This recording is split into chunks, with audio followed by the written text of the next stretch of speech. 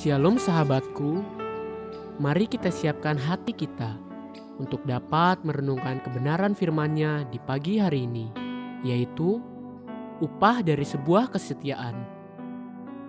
Mari kita buka Alkitab di dalam kitab Rut 2 ayat 1-3. Naomi itu mempunyai seorang sanak dari pihak suaminya, seorang yang kaya raya dari kaum Elimelek, namanya Boas. Maka Rut, perempuan Moab itu, berkata kepada Naomi, "Biarkanlah aku pergi ke ladang, memungut bulir-bulir jelai di belakang orang yang murah hati kepadaku." Dan sahut Naomi kepadanya, "Pergilah anakku." Pergilah ia, lalu sampai di ladang dan memungut jelai di belakang penyabit-penyabit. Kebetulan ia berada di tanah milik Boas yang berasal dari kaum Elimelek. Masih ingatkah saudara siapa Rut, wanita Moab yang menjadi mantu daripada Naomi? Di dalam pelariannya menuju Moab, sebab tidak ada lagi roti di rumah roti Betlehem.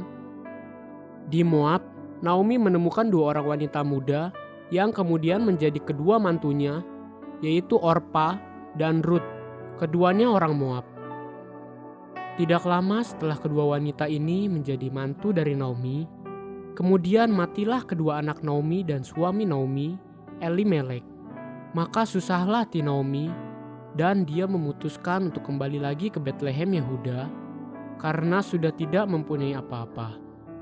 Naomi sebagai ibu mertua yang bijaksana melihat dirinya sudah begitu tua, sedangkan kedua menantu perempuannya masih muda-muda.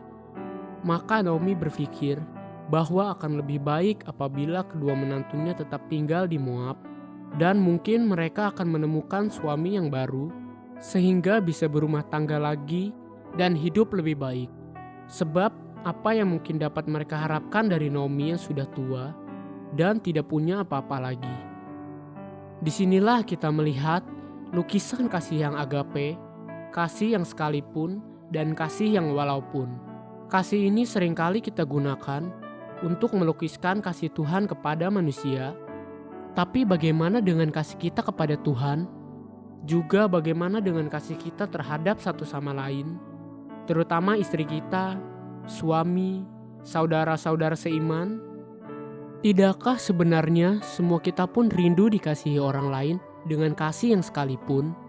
Betapa bahagianya seorang istri apabila dia tahu, sekalipun dirinya sudah mulai menua dan tidak lagi menarik, namun suaminya tetap dan selalu mengasihinya sekalipun.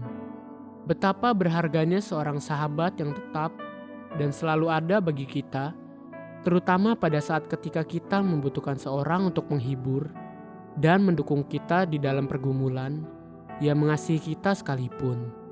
Betapa mulianya pengerja bagi gembala-gembalanya saat sang gembala ditinggalkan banyak orang dan dicaci maki, namun masih ada orang-orang jujur yang setia ada di sana menasehati, menopang dan mendoakan sang gembala sekalipun.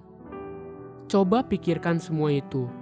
Setia yang sekalipun itu mulia dan langka. Yonatan berlaku demikian bagi Daud. Elisa berlaku demikian bagi Elia. Rut berlaku demikian bagi Naomi. Dan Tuhan telah berlaku demikian bagi kita. Adakah kita layak disebut yang setia sekalipun dan berlaku demikian bagi orang lain? Ketika saatnya bagi Naomi untuk pergi kembali ke tanah Yehuda, Naomi mendesak kedua menantunya untuk meninggalkannya dan tetap tinggal di Moab. Orpa akhirnya mundur, namun inilah jawaban Rut kepada Naomi. Rut 1 ayat 16-17. Tetapi kata Rut, "Janganlah desak aku meninggalkan engkau dan pulang dengan tidak mengikuti engkau, sebab kemana engkau pergi, ke situ jugalah aku pergi, dan di mana engkau bermalam, di situ jugalah aku bermalam. Bangsamulah bangsaku, dan Allahmulah Allahku. Di mana engkau mati, aku pun mati di sana, dan di sanalah aku dikuburkan. Beginilah kiranya Tuhan menghukum aku, bahkan lebih lagi daripada itu, jikalau sesuatu apapun memisahkan aku dari engkau, selain daripada maut." Rut ngotot untuk tidak pergi meninggalkan Naomi. Coba renungkan karakter yang ada pada Rut yang berbeda dari manusia kebanyakan. Ruth berlaku setia bukan karena dia berharap menerima sesuatu. Ruth berlaku setia karena dia berharap dapat memberi sesuatu. Ruth tidak punya hati membiarkan Naomi, seorang janda tua yang tidak punya siapa-siapa lagi dan tidak punya apa-apa lagi, pulang kembali ke tempat asalnya hanya untuk mati sendirian.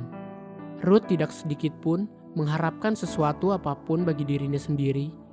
Seandainya Ruth berkata, "What is it for me?" Apa yang bisa saya terima? Apa untungnya buat saya? Maka Ruth tidak akan pernah ngotot mengikuti Naomi. Ruth memiliki karakter yang sangat langka, jarang ditemukan di antara umat manusia, sebuah karakter kesetiaan yang agape.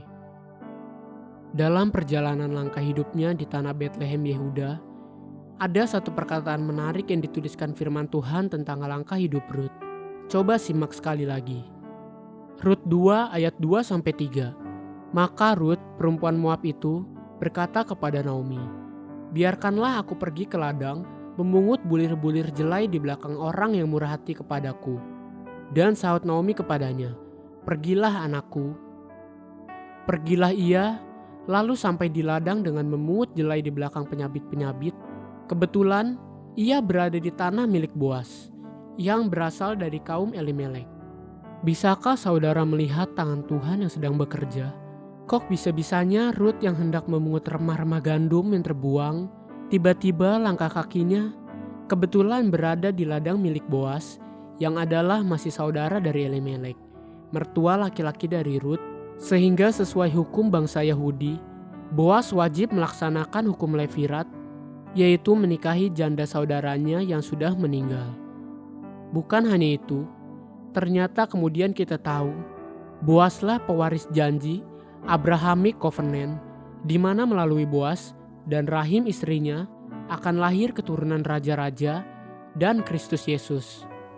Faithfulness pays off. Kesetiaan membawa berkat besar. Haleluya.